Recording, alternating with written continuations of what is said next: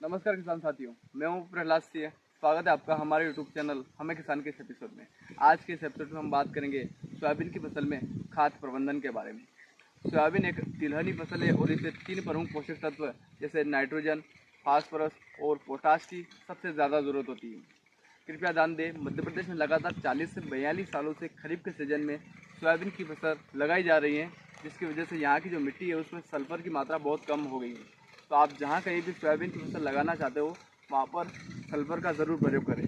Sulphur तिलहनी फसलों में तेल की मात्रा को बढ़ाती है और दाने को चमकदार और अट्रैक्टिव बनाती है। सल्फर 2-3 रूप में मार्केट में उपलब्ध हैं, जैसे sulphur 90% WDG, sulphur 90% plus 10% bentonite और सल्फर तरल के रूप में भी मार्केट में उपलब्ध हैं। आप तीनों में से किसी का भी प्रयोग कर सकते हो।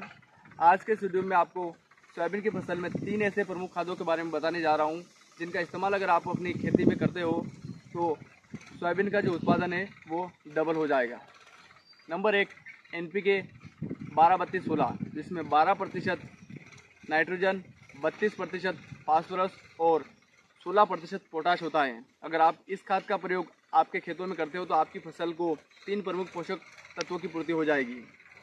नंबर 2, DAP 18-46, जिसमें 18% नाइट्रोजन और 46% पोटाश होता है, जिसे डाई अमोनियम फास्फेट कहते हैं और हरित क्रांति के बाद सबसे ज़्यादा उपयोग की जाने वाली खाद है।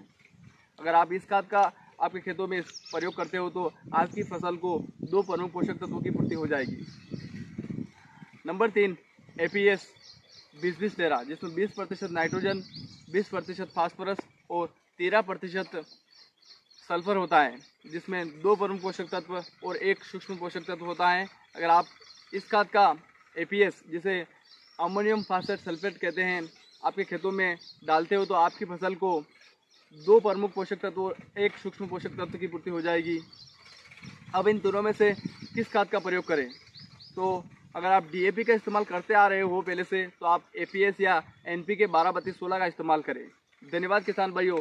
आशा करता हूँ कि सोयाबीन की फसल में खाद प्रबंधन और सोयाबीन के 3 प्रमुख खादों के बारे में दी गई जानकारी आपको अच्छी लगी होगी।